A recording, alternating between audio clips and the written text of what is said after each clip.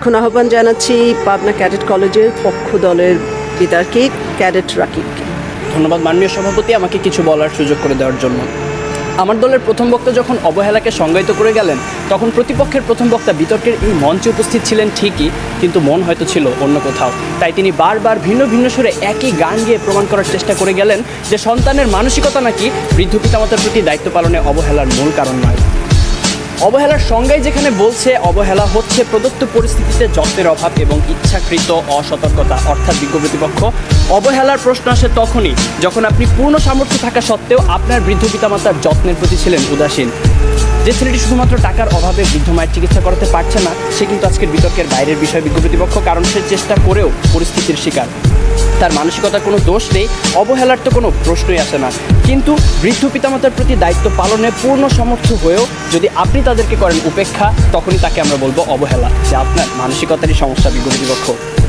আমার সন্তান যেন থাকে দুধে ভাতে, অন্তরের এই নিবেদন তো পৃথিবীর সব বাবা মায়ের। অথচ সারাটা দিনের ব্যস্ততা শেষে একটুখানি অবসর পেলেই, যেখানে আমাদের ফেসবুক বা হিন্দি সিরিয়ালে ডুব দেওয়ার সময় হয়, সেখানে ফোন দিয়ে মাকে একটিবার জিজ্ঞেস করার সময় হয় না মা ভালো আছে কিনা, বাবাকে জিজ্ঞেস করার সময় পর্যন্ত হয় না ওষুধগুলো ঠিকমতো খাচ্ছে কিনা। এখানে দোষটা কিন্তু বিজাতীয় সংস্কৃতির ধারক ও বাহক হিন্দি সিরিয়াল বা সোশ্যাল মিডিয়া, ফেসবুকের আগে আপনারই মানসিকতার বিজ্ঞ প্রতিপক্ষ।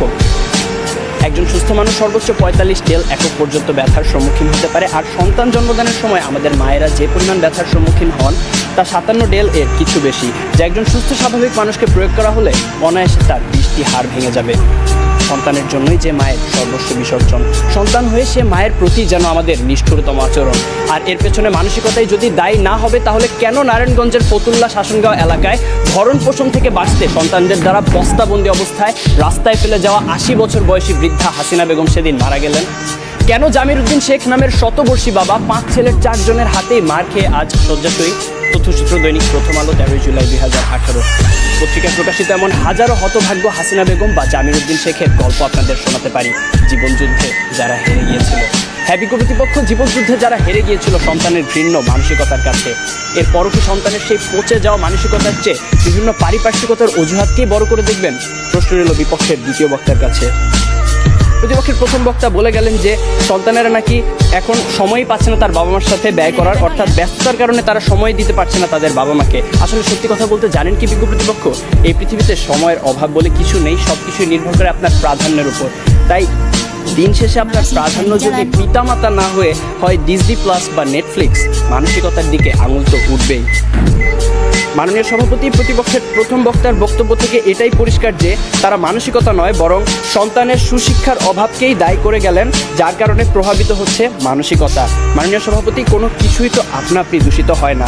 এখন কেউ যদি ধূমপান করে বলে যে সিগারেটে থাকা নিকোটিনের কারণে তিনি ক্যান্সারে আক্রান্ত হয়েছেন, এখানে ধূমপানের কোনো দোষ নেই, তাহলে বিষয়টি কি নিতান্তই হাস্যকর নয় বিজ্ঞ প্রতিপক্ষ? তাই আজ বুঝেই হোক আর না বুঝেই হোক, আপনারা কিন্তু বৃদ্ধ পিতামাতার প্রতি দায়িত্ব পালনের অবহেলার মূল কারণ হিসেবে সেই মানসিকতাকেই দায়ী করে গেলেন। ধন্যবাদ আমাদের সাথে একমত পোষণ করার জন্য। প্রতিপক্ষের প্রথম বক্তার মতে বর্তমান সমাজে বাবা মায়ের মধ্যকার অশান্তি, ঝগড়া ইত্যাদি দেখে অবহেলায় একটি বড় হওয়া একটি সন্তান তো সেগুলোই শিখবে। কিন্তু বিজ্ঞ প্রতিপক্ষ, একই পরিবারে বেড়ে ওঠা দুইটি সন্তানের মধ্যে যখন এক ভাই হয় সমাজে উচ্চ প্রতিষ্ঠিত আর আরেক ভাই হয় মাদকাসক্ত বেকার, তখন আপনি কি বলতে চাইছেন যে তাদের বাবা মা তাদের দুরকম শিক্ষা দিয়েছে? অর্থাৎ আমি এটাই বোঝাতে চাইছি যে পরিস্থিতি যেমনই হোক না কেন, ভালো মন্দের বিচার করার মানসিকতা বা বিবেক সে তো আপনারই হাতে। অবাক বিষয় কি জানেন বিজ্ঞ প্রতিপক্ষ, আপনারা যখন এই মঞ্চে দাঁড়িয়ে বৃদ্ধ পিতামাতার প্রতি অবহেলার বিভিন্ন কারণ হিসেবে নানা অজুহাত টেনে আনতে ব্যস্ত, তখন সব কিছুকে বুড়ো আঙুল দেখিয়ে মন্তাজ মিয়া নামের একজন দরিদ্র রিক্সা চালক সম্পূর্ণ অপরিচিত একজন বৃদ্ধকে নিজের বাড়িতে নিয়ে এসে নিজের বাবার মতো যত্নার্থী করছেন গত ৫ বছর ধরে। রিক্সা চালক মন্তাজ মিয়ার এই ঘটনা হানিফ সংকেতের ইত্যাদি অনুষ্ঠানে প্রচারিত হয়েছিল।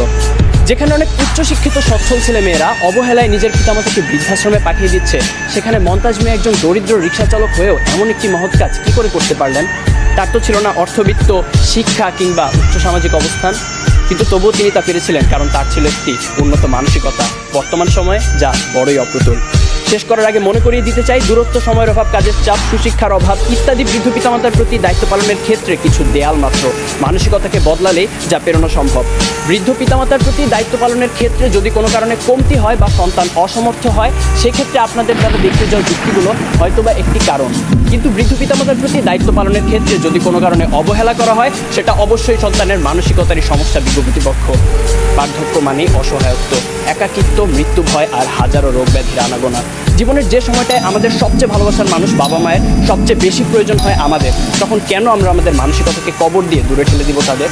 তাই বিজ্ঞ প্রতিপক্ষ, আসুন আমরা আমাদের মানসিকতাকে বদলাই।